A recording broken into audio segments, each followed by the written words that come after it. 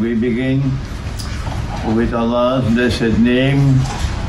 We praise Him and we glorify Him as He ought to be praised and glorified.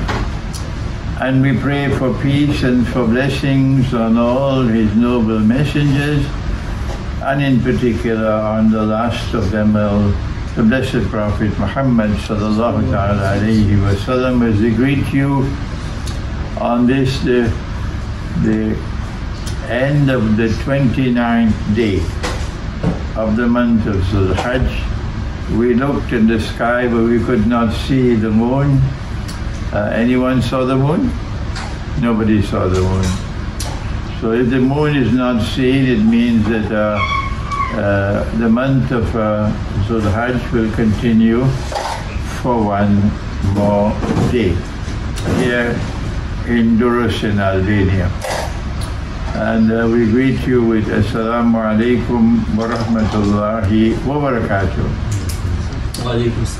Let me first explain that we had to dim the lights in order to keep the room cool, because the temperature outside, it feels like 35 degrees at this time, and the consumption of electricity at this time is so great that the air conditioning system cannot keep the place sufficiently cool. So never mind if the lighting is a little dim. More important than seeing my face is to listen to the lecture. We've been here in the city of Durrës in Albania since Wednesday night. We had sessions on Thursday, Friday and Saturday. And yesterday we went to visit the beautiful town of Skodra by the big lake, and it was a long, long day and we were tired. So there was no lecture yesterday, and today, tomorrow and Wednesday we have the last 3 lectures, 3 classes, and then on Thursday we say goodbye and we travel to London, inshallah. Our topic today is one I have been speaking on for a long time, but I want to address specifically the question, who is Dhul Qarnain? Because no matter how many times I lecture on this subject, it seems as though the lecture goes through one ear and it comes out through the other ear. So let's go directly straight to the face of who is Dhul Qarnain.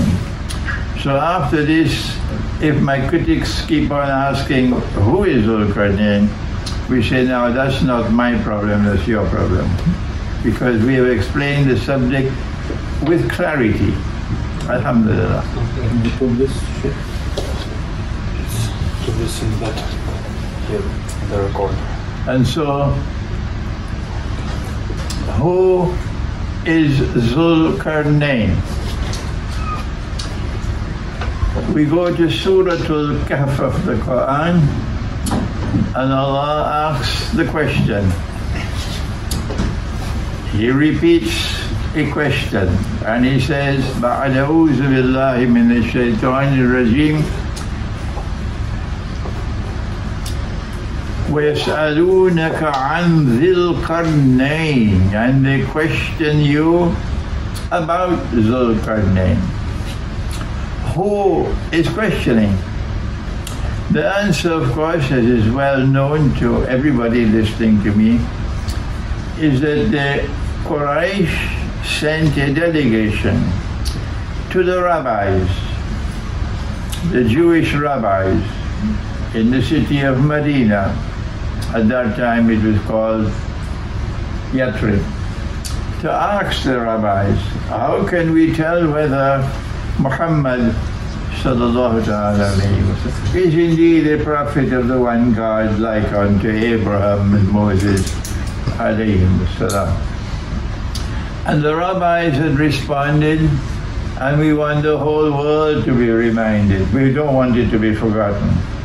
The rabbis had responded, and they said, ask him these 3 questions which only a prophet can answer. Rabbi, do you remember? That's what you ask. And in response to these 3 questions, I will mention only one, because I mentioned the 3 questions several times. They ask him about the great traveler who traveled to the 2 ends of the land. That's the question. And in response to that question, Allah subhanahu wa ta'ala sent down in the Quran, He sent down the answer in Surah Al-Kahf. وَيَسْأَلُونَكَ عَنْ ذِي الْقَرْنَيْنِ, and they question thee about Dhul Qarnain. We ask the question at the beginning, is this an ayah muhkama, or is it an ayah mutashabihah? When they ask about Dhul Qarnain, it is the Quran which must explain. We don't need any interpretation. Let the Quran explain. The word qarn means a horn. And therefore Dhul Qarnain is someone who possesses 2 horns. This is an ayah muhkama. So if you want to identify anyone in history as Dhul Qarnain, you must ensure that he has 2 horns.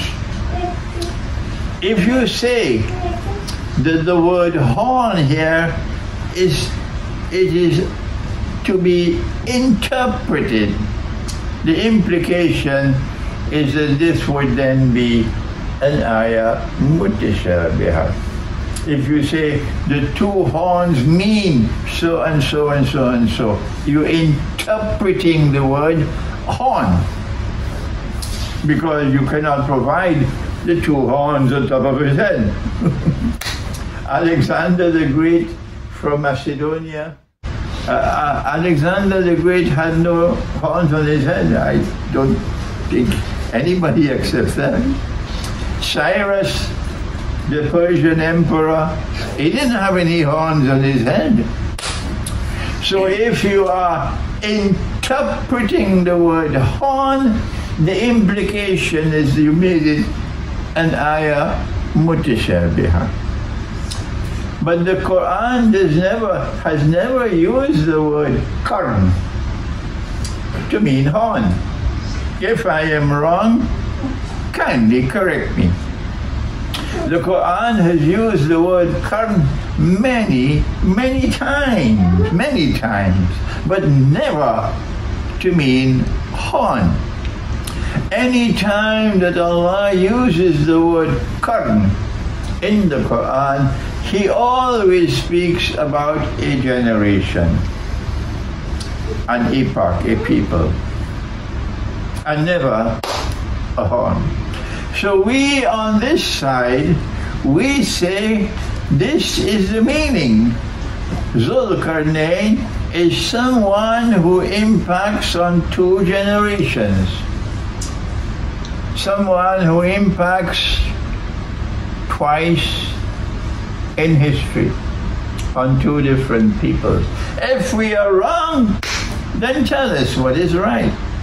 This is our explanation. This is not ta'wil. This is tafsir. This is explaining the Quran. And so we recognize this as an ayah muhkama. You might choose to have it as an ayah mutashabiyah, but our response is that an ayah muhkama has a much higher status than an ayah mutashabiyah. And so we are comfortable that we are safely on safe ground. That Dhul Qarnain is not someone with two horns to be interpreted to mean this or that or the other. Dhul Qarnain is someone who impacts on two generations, twice in history. And the Quran goes on to describe Dhul Qarnain as someone on whom Allah has bestowed power and that he has faith. I have to shorten now because I've taught this subject 100,000 times already, but my critics seem not to be able to understand.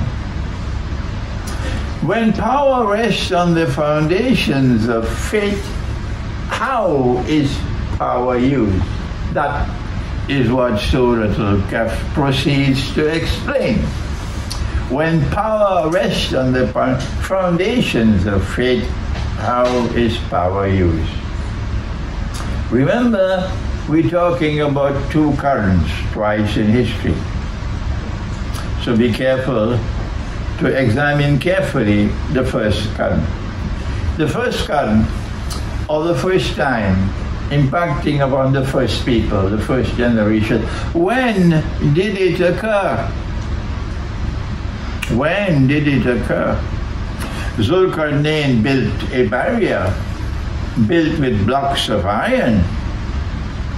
And we are told in a hadith that our Prophet sallallahu ta'ala alayhi wasallam, he had a vision and he woke from his sleep.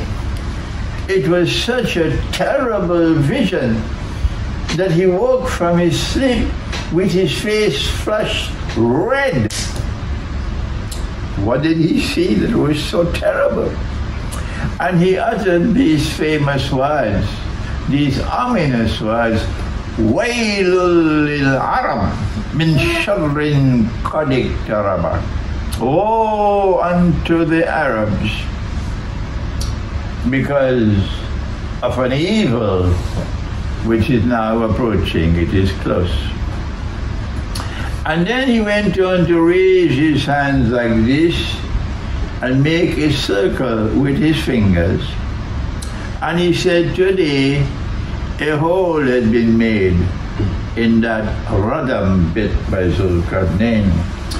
We don't know when it was built, but we do know that the collapse, the destruction of that barrier took place in the lifetime of Nabi Muhammad alayhi salatu wasalam. And that is for more than 1400 years ago. So the first current, it took place more than 1400 years ago. We don't know how long the barrier was there. Maybe another 1,000 years before it was brought down. So we're talking about the first current which occurred probably thousands of years ago. That is the time frame. If the first current occurred thousands of years ago, has the second current occurred as yet? In order for us to answer that question, you got to put on your thinking caps. Allah sent the Quran to people who think. And if you refuse to think, Allah says, Inna sharra ad-dawwabi inda Allahil Summul bukmul ladhi la yaqilun, la yaqilun. He says, if you don't think, you are the worst of all creatures in the sight of Allah. Take that and put it in your pipe and smoke it. That's what Allah says in the Quran. If you do not think, then you are the worst people, you are dumb, you are deaf.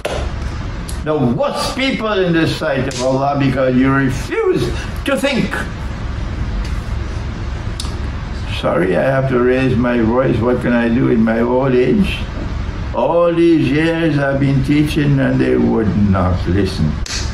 No, they would not listen. Not even with a bulldozer can you get them to think. What can we do? If this is the time frame we're talking about, let us now turn to the place, the geographical frame, not the time frame. Dhul Qarnain travels in the direction of the setting of the sun. That's the first journey. And then he travels in the direction of the rising of the sun. That's the second journey. In the Quran, the sun always rises from the east. In some other book of geography that came from Hollywood or Disneyland, the sun can rise from somewhere else. But from the Quran, the sun always rises from the east. That will never change because La tabdila li khalqillah. Allah's creation does not change. So tell NASA, we're not interested with what you have to say. And so now, so he traveled west, and then he traveled east. And then he traveled on the third journey, and between west and east, there is a mountain range. And in between that mountain range, there is a pass. And it is by that pass that he makes the third journey. And on the third journey, he encounters a people who complain about Gog and Magog. If you want to study the subject of Gog and Magog, and you have any sense in your head, you will begin with the Quran, not with the Hadith. But they don't have sense in their head, so they ignore the Quran and they go to the Hadith. But you have sense in your head. My language is harsh, I know that. I'm hitting very hard, I know that. But my time is coming soon to leave this world. And I've been teaching this subject for so long, and they wouldn't listen. So my language is harsh now. He traveled to a place which is a pass between two mountain ranges. And there he comes across the people who speak to him about Gog and Magog. And in a Hadith al-Qudsi in Sahih Muslim, Allah's Messenger speaks about Gog and Magog. And he says that when they are released, because Dhul Qarnain is going to build a barrier, the first of them will pass by the Sea of Galilee, which is in the Holy Land, not in Albania, in the Holy Land. And they will be drinking the water from the Sea of Galilee. And then they'll be proceeding to Baitul Maqdis, Jerusalem. And by the time the last of them pass, they will say, there used to be water here. If you are passing by the Sea of Galilee and you are going south to Jerusalem, the implication is your journey commences from the north. So when we want to locate the geography of Dhul Qarnain, we are looking at a place north of the Holy Land. This is the commencement of our class in geography.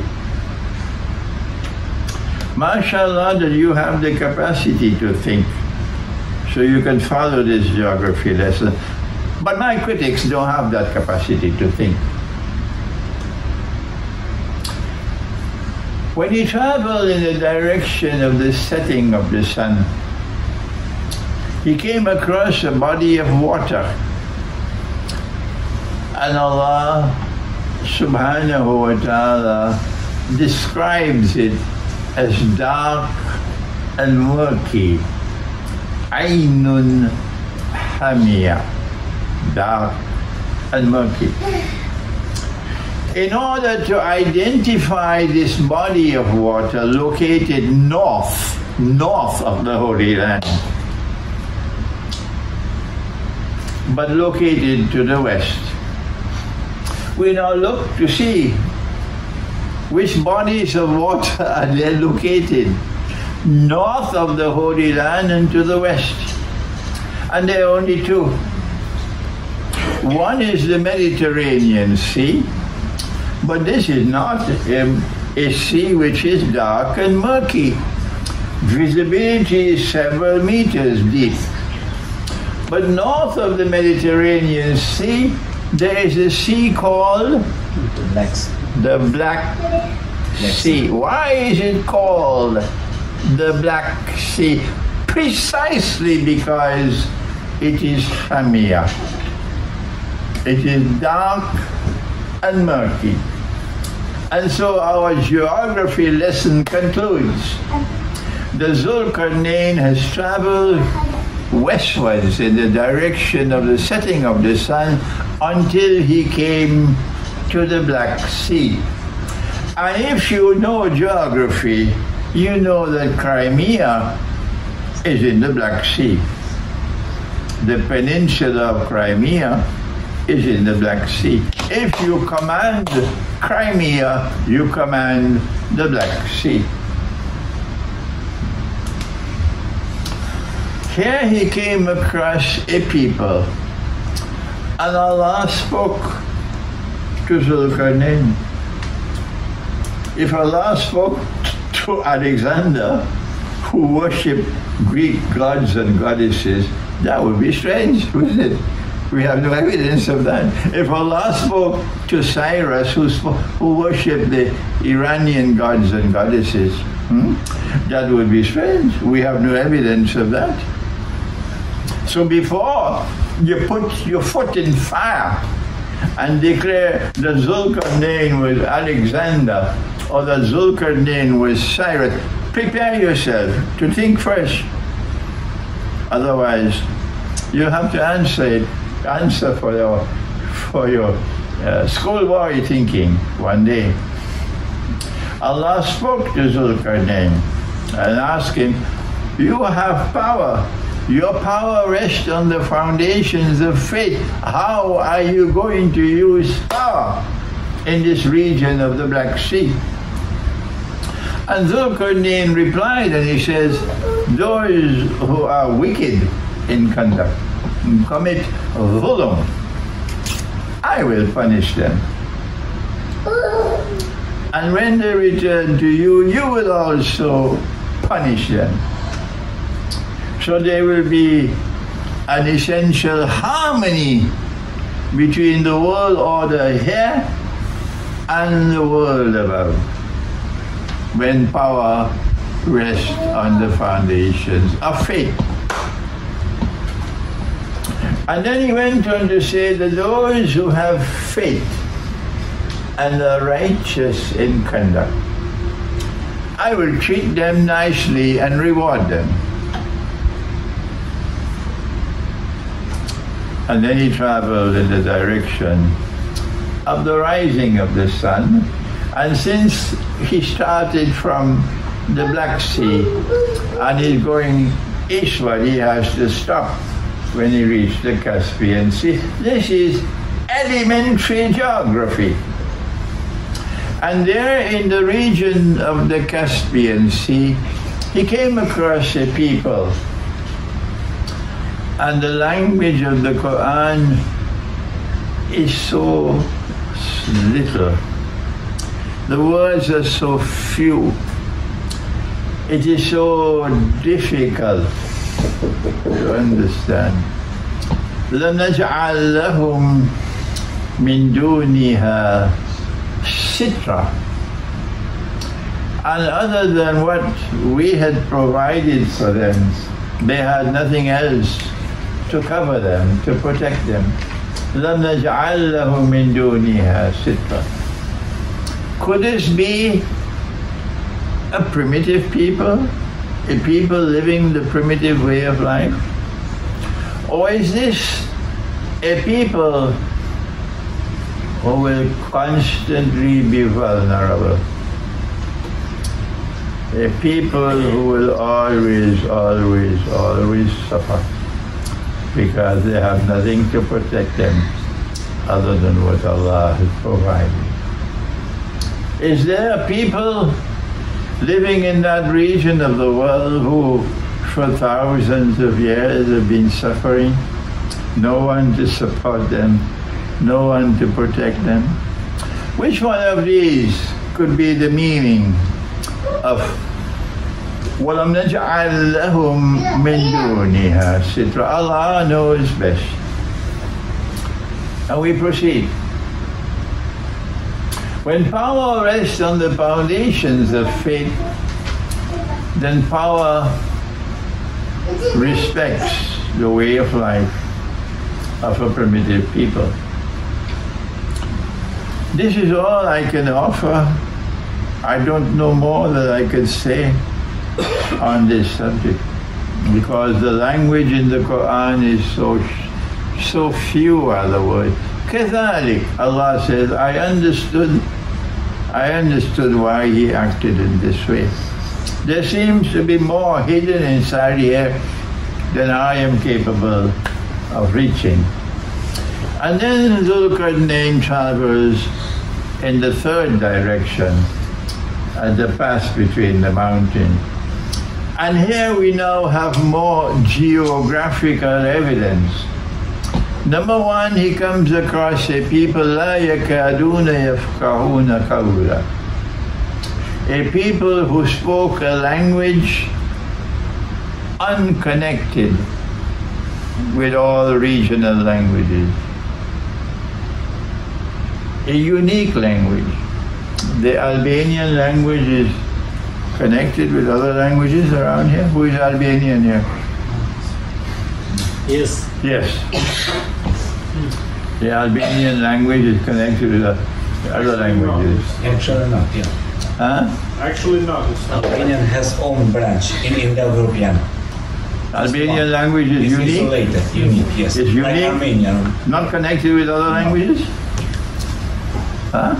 No, Not Slavic, not Hellenic, nor All right. European Latin. Well, this language spoken by these people is a language that is not connected with regional languages because we could not understand it.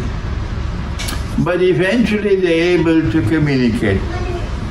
And then the people spoke and said that Gog and Magog are committing fasad in our land. Who are Gog and Magog? For a definition of Gog and Magog, we have to go to Nabi Muhammad ﷺ, who conveyed to us a hadith al-Qudsi, which is located in Sahih Muslim. I have created creatures of mine, so powerful that none but I can destroy them. Gog and Magog, therefore, have been bestowed by Allah with power. And that power is so great that none can destroy them except Allah. But they use that power differently from Dhul Qarnain. Dhul Qarnain uses his power to punish those who are wicked. And Gog and Magog do the opposite. They use their power to commit fasad. They are in the penal code. Penal code means the code which prescribes punishment, penal code of the Quran. There is a law that if you commit zina, you are flogged. This is in the Quran. That if you steal another mango, you steal, for example, a dinar, they cut off your hand. If we apply that law today, there won't be any bankers in Manhattan with hands, There won't be any bankers in Manhattan with hands if we apply that law. Yeah. And the law in the Quran for fasad, the punishment for fasad, is the greatest of all. Cut off their hands and feet in opposite directions and crucify them. And the definition of crucifixion is you must die.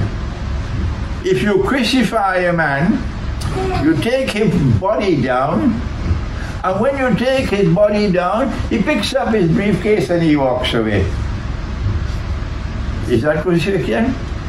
I'm talking to you, not to my critics who have no sense in their head. That is not crucifixion.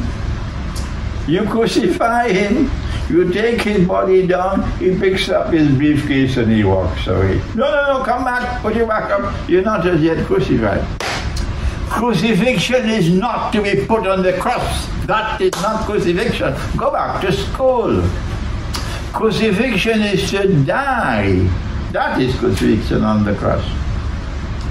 And the punishment for fasad is the greatest of all in the Quran. It is graded. There is banishment also from the land. But the highest punishment is cut off the hands and feet on the opposite side and crucify them. And Ibn Kathir says crucifixion means to die. That is crucifixion. So Gog and Magog commit fasad. So they use power the opposite way from Dhul Qarnain. And they ask Dhul Qarnain, can you help us? We're prepared to pay you. Can you build a barrier to protect us from them? Allah has created three kinds of beings who are capable, who are sentient beings. He has created angels. He's created jinn. And he's created human beings. And some might also add, where he also created George Bush.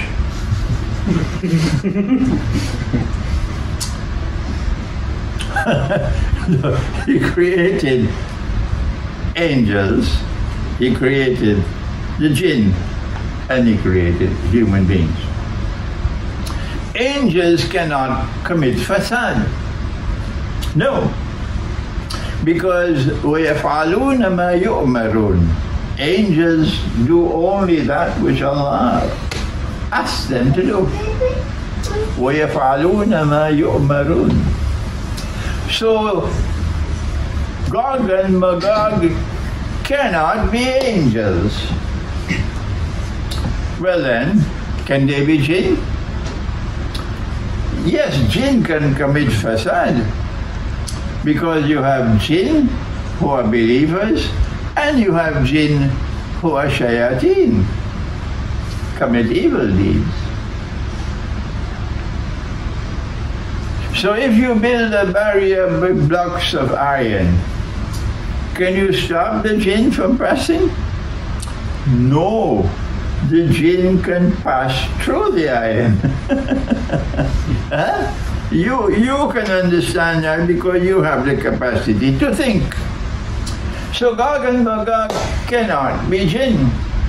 When Dhul Qarnain built the barrier with blocks of iron, he then asked, he said, bring me blocks of iron, Zubarul Hadid, and help me with your manpower. So you must expect that that is a region of the world, geographical region with lots of iron ore. Do you have lots of iron ore in Albania? No. I'm waiting for an answer. No. But in that region in Georgia, where the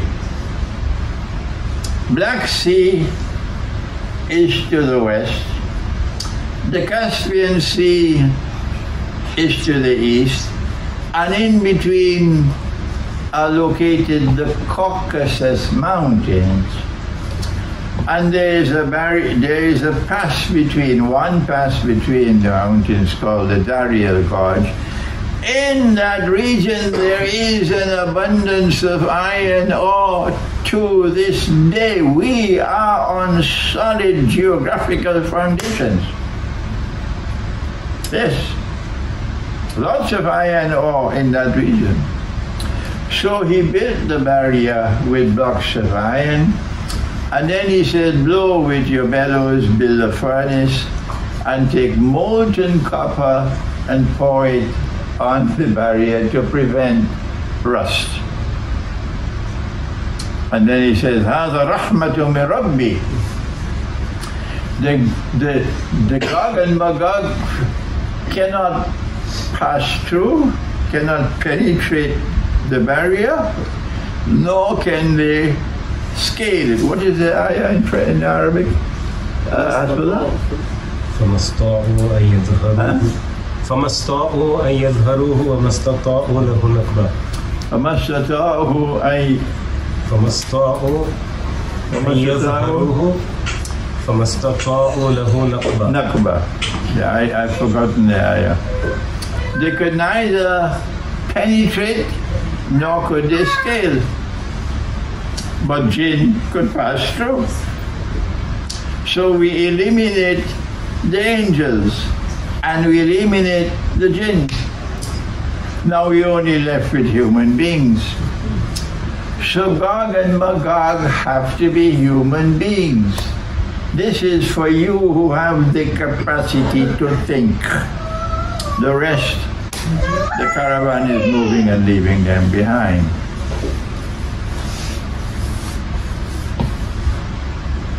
He says, هذا رحمة من ربي.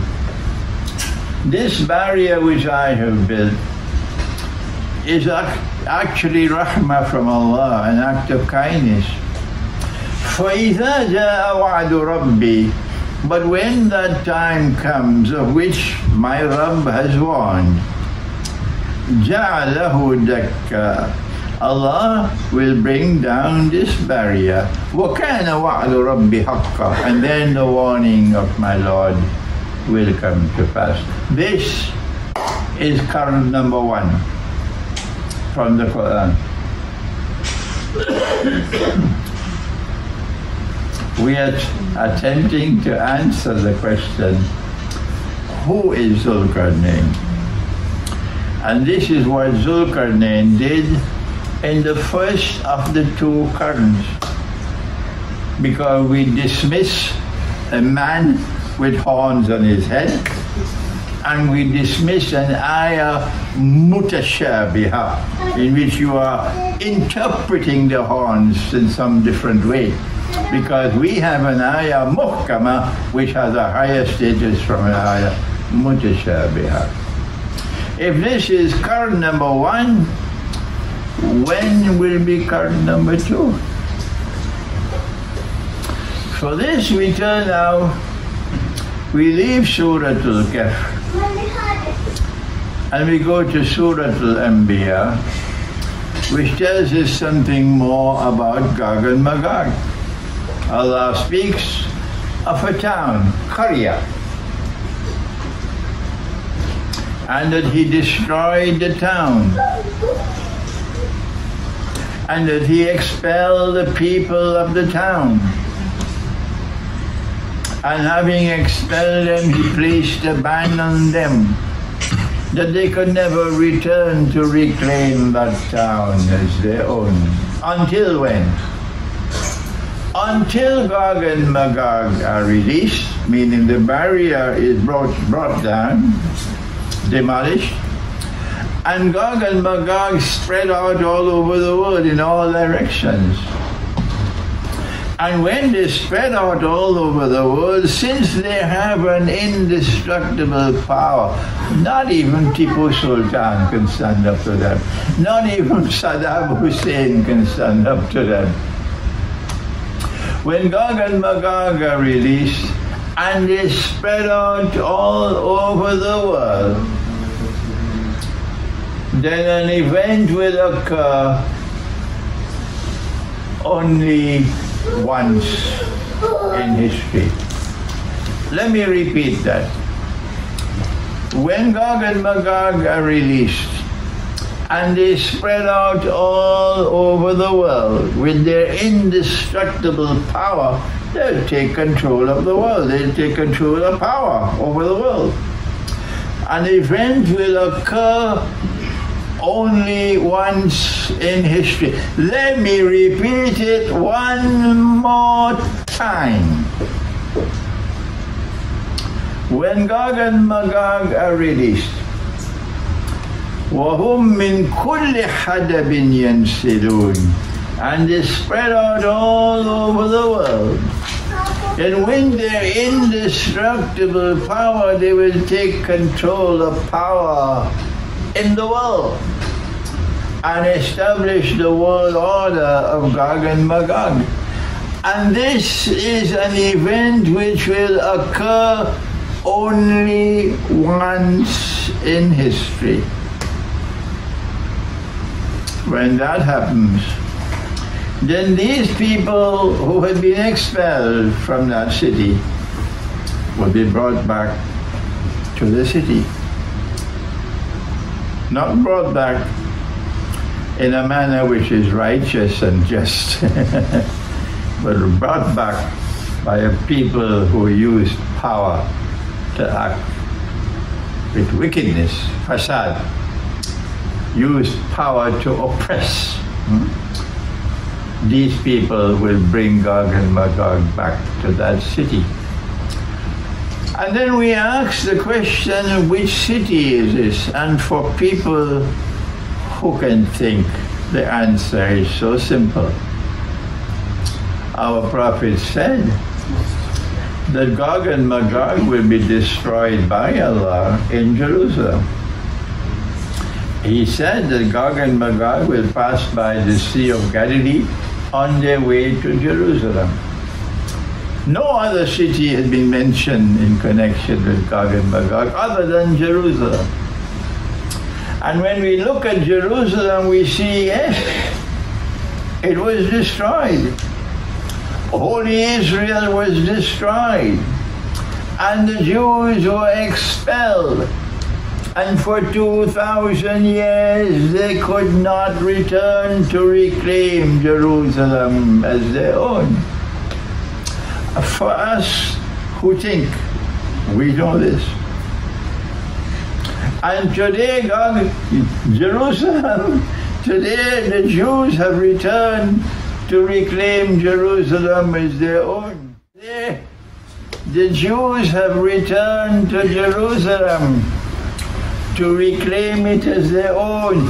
2,000 years after Allah had expelled them. Who brought them back? Who are those who came on the stage of the world and then used their indestructible power, spreading out all over the world? China, South America, all over the world they went, conquering, colonizing, taking control of power in the world, and then using that power to bring the Jews back to the Holy Land. For us, who can think it is so easy? This occurred only once in history. It would not happen again. The answer is, it is so simple. The modern Western civilization which was led first of all by Britain, and then led by the United States of America. It is this civilization which was given that indestructible power. It is this civilization which spread out all over the world. At the beginning of the First World War, in 1914, a little island off the coast of Europe, so small that Napoleon contemptuously dismissed Britain as a nation of shopkeepers.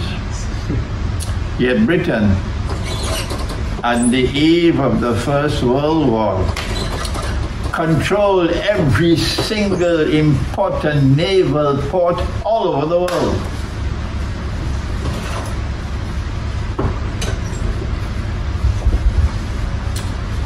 And it was Britain who led the way. It was Britain who led the way for the Jews to return to Jerusalem. It was Britain who gave the Balfour Declaration that it was the intention of the British government to work for the establishment of a Jewish national home in Palestine. The Balfour Declaration of 1917. And so we have come to the conclusion that Gog and Magog are those who control power in modern Western civilization. But we can repeat this 100,000 times. Our critics will never accept it. The scholars of Islam of this modern age will not accept it. They will not accept anything from Imran Hosein.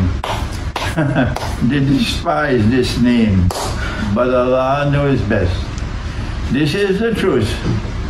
Gog and Magog are those who control power in modern Western civilization. So who is Dhul Qarnain? Remember, Gog and Magog are going to spread out all over the world only once.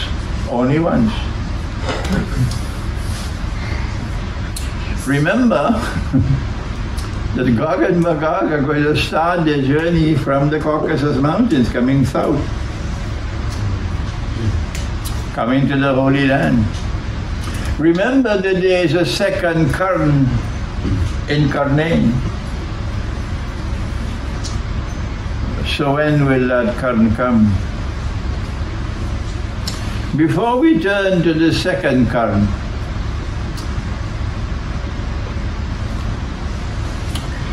let us go to a hadith. I should have quoted the Arabic from the verse in Surah Al-Anbiya with the town. وَحَرَامٌ عَلَى قَرْيَةٍ أَهْلَكْنَاهَا أَنَّهُمْ لَا يَرْجِعُونَ حتى إذا فتحت يأجوج ومأجوج وهم من كل حدب ينسلون. These are the two verses in Surah Al-Anbiya that I've already explained. And we have identified the Qarya as Jerusalem.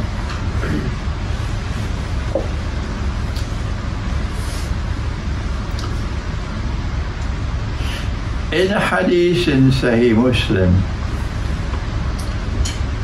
Nabi Muhammad has said that when the last of Gog and Magog passed by the Sea of Galilee on their way to Jerusalem, they were said there used to be water here. There was an earthquake in Turkey just before the elections. A convenient earthquake. They were hoping that this earthquake would get rid of Erdogan. But that earthquake shows the capacity to intervene in geology. You don't have to wait for the water level in the Sea of Galilee to go down slowly, slowly, slowly, slowly, leaking drop by drop. One movement of the earth could drain the whole of the Sea of Galilee in one night. In one night. And so when the last of them passed, they would say, there used to be water here. So the Sea of Galilee is destined to run dry. And I am suggesting it could be partly because of a movement of the earth, not just the evaporation of water. And they are moving from the Sea of Galilee to Jerusalem.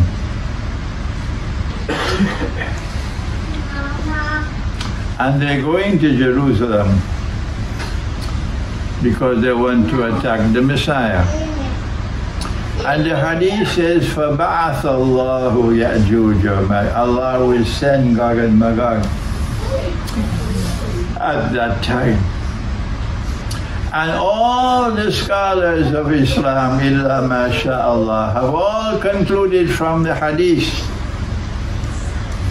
that since Allah says, فَبَعَثَ اللَّهُ يَأْجُوجَ وَمَأْجُوجَ, that Allah will send Gog and Magog, they say, Allah will send Gog and Magog only at that time when the Messiah returned, Nabi Isa Islam. And therefore, Gog and Magog have not as yet been released.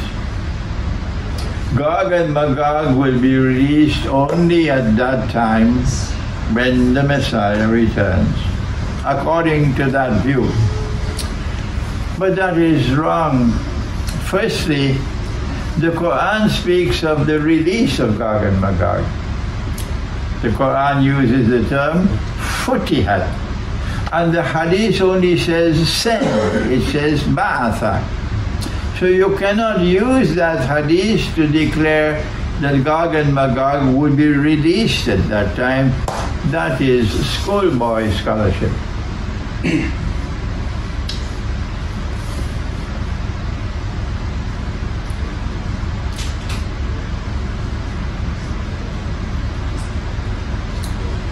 The other implication of using the hadith that way, and tell them you can't run away, we won't allow you to run away. Stand up like a man. If Gog and Magog have not as yet been released, and they will be released only at that time when the Messiah returns, Nabi Isa returns. The implication, you cannot run away from it, is that the barrier is still standing. A barrier made of blocks of iron in the Gariel Gorge between the Caucasus Mountains is still standing. The problem is there's no barrier there. There's no barrier for the last 1400 years. No one has ever seen it. For 1400 years, no one has ever seen it. And today there's something called Google Earth. Google Earth. Has it reached Albania? Yes. Huh? Yes. Google Maps. You don't need to travel to Georgia to search. You could stay home and use something called Google Earth, and they show you the satellite images. We don't need to pursue this subject any further to argue the barrier was destroyed more than 1,000 years ago. These fellows are living in dreamland. We have more to say on this subject. that when Gog and Magog are released, since they are people who commit fasad, inna Ya'juj wa Ma'juj mufsiduna fil ard. They commit fasad, they corrupt everything, and they corrupt in such a way that they can destroy. The implication is that when Gog and Magog are released, they will corrupt the political system. So all around the world, the worst people will now become leaders. They will corrupt the economy and corrupt the monetary system to such a way, in such a way, that the world will be inundated with economic refugees. Thousands and thousands, and every day the number is increasing. People fleeing from poverty and destitution and slavery to come to Greece, to come to Italy, to make their way to Germany, to make their way to France, to make their way to Britain. And Donald Trump can build a wall to keep the people of South and Central America out, because they're leaving Central and South America to head to the United States. Economic refugees.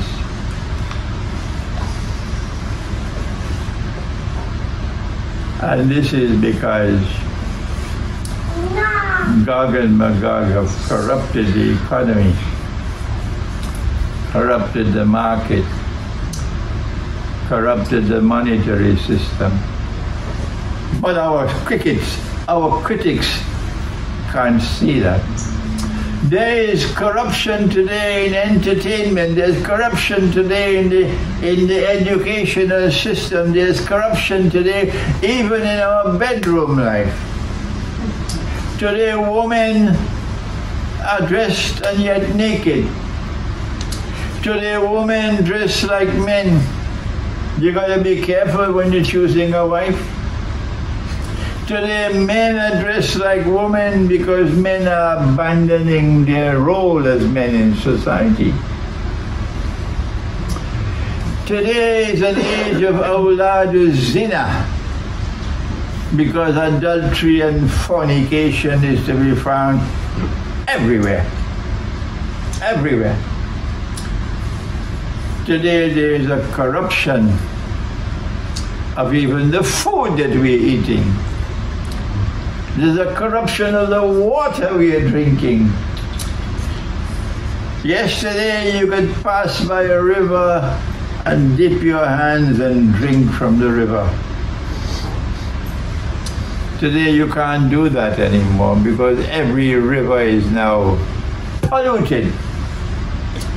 No people in history ever took sewage and pumped it into rivers and into coastal waters. No people in history ever did such a thing. And today you have a sewage system, and they take the sewage and they pump it into rivers and they pump it into coastal waters, and the fish eat the sewage and we eat the fish. There is universal corruption around the world today. Even the air that we are breathing today. In so many parts of the world you have to wear a face mask to breathe properly. Huh? There is a corruption of the atmosphere to such an extent that the bees cannot navigate anymore and honey production is declining. What more do you need to understand and recognize that we are living in an age of universal fasad? What else can explain the universal fasad other than Gog and Magog? But these pathetic people who refuse to think still remain waiting. Only when Jesus returns, only then Gog and Magog will. And so Gog and Magog have nothing to do with the universal facade in the world today. Gog and Magog have nothing to do with the Jews being brought back to the Holy Land. Tell them, you betrayed the Quran and you'll pay a price for that on Judgment Day. I will leave this world soon. Allah knows when He'll take me away. But I'll leave this world confident that I have explained the Quran correctly. Now then, when will the second current take place? If the first current has already taken place thousands of years ago, has the second current taken place as yet? What are the footprints that we are looking for? Because we are not identifying Dhul Qarnain with any individual who is going to live for a few thousand years. We are not identifying Dhul Qarnain with any human being who is going to live for a few thousand years. We leave that for our critics. For us, Dhul Qarnain is someone who will impact on 2 ages. That's all. We don't identify him with any historical personality. Who is Dhul Qarnain? Answer: we do not identify him with any historical personality. We say he is someone who will impact on history twice, on 2 currents. That was the first. When will the second take place? And the answer: look for the footprints. Where? Look for the footprints in the geography of the Quran. Where shall we start? Answer: look for the footprints in the region of the Black Sea. Is that so difficult to understand? When we look at the Black Sea, we ask ourselves, since Gog and Magog are the ones who brought the Jews back to the Holy Land, the second current cannot have occurred before that. We have to wait until the Jews have been brought back to the Holy Land before we start looking for the second current. Do you agree with me? Okay. The Jews were brought back to the Holy Land between 1917 and 1948, and the State of Israel was established in 1948. So during this period of time, do we see power in the region of the Black Sea resting on the foundations of faith? Yes, we do see power. We do see power in the region of the Black Sea in the Soviet Union. But the Soviet Union was an atheist state, like Britain today. An atheist state. So that cannot be power resting on the foundations of faith. And now the Soviet Union has folded its tent and disappeared into the darkness of the night. But in 2014, Russia reclaimed Crimea without firing a shot. And since 2014, no one can remove Russia from Crimea. Don't try. You can't succeed. Russia cannot be defeated in Ukraine. Not at all. The war can continue for many more years. Russia cannot be defeated. Why? Why can Russia not be defeated? You had 2 years.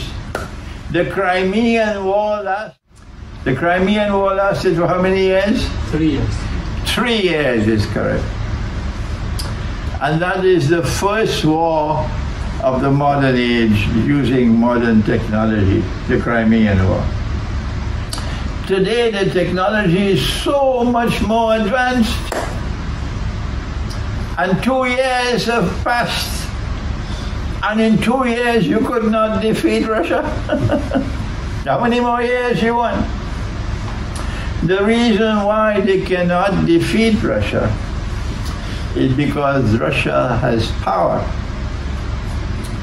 that they can't match. Who gave that power to Russia? Russia today is returning to her Orthodox Christian heart. Russia is no longer the Soviet Union. Russia is today a state which, when it gives its word, it keeps its word. Turkey gave their word. The Republic of Turkey gave its word to Russia and said, we'll keep these commanders of the Azov regiment, we'll keep them in Turkey until the end of the war. Zelensky went to Turkey, and when Zelensky was flying back to Ukraine, he took the 5 men with him.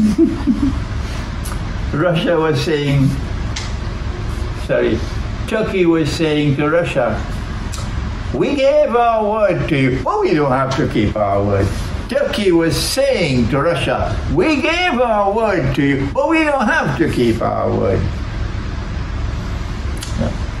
But Russia is not like that. Russia today is like Iran.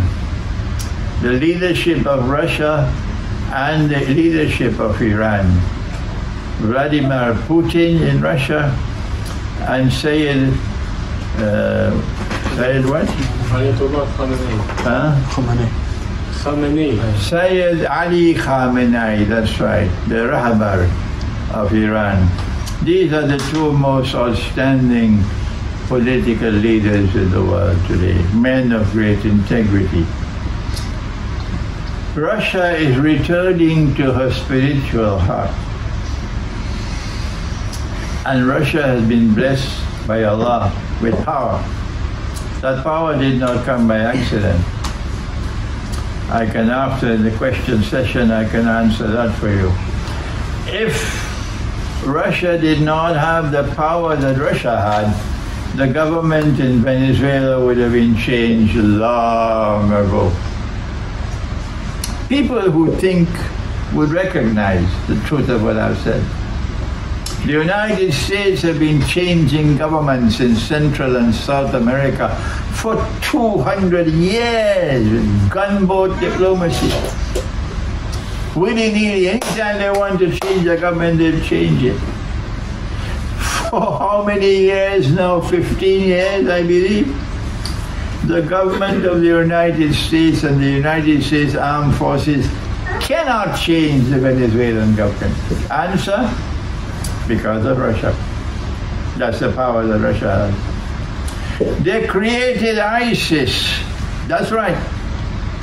The CIA and the Israeli Mossad, supported by Turkey, created ISIS, supported by Qatar, supported by Saudi Arabia.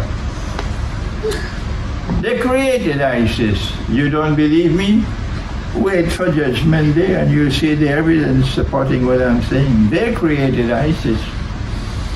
And if ISIS had succeeded, the government of Syria would have been toppled and the Christians of Syria would have been slaughtered. But ISIS was defeated and Bashar al-Assad is still there. Why? Because of Russia. That is the power that Russia has today. And so we are concluding that the world is now witnessing power resting on the foundations of faith in the region of the Black Sea. And that power is being used to resist the oppressor. And if you don't recognize NATO as the biggest oppressor of all in the world today, go back to school. Go back to school. Russia is resisting NATO, and Russia is succeeding in resisting NATO.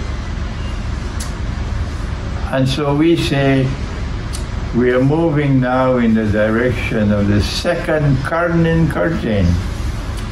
And that Gog and Magog, in the same way that they were checkmated and blocked the first time, they're being checkmated and blocked the second time.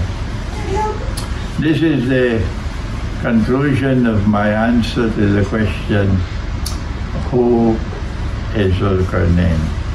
In the question and answer session which now follows, we can take the subject further. Thank you.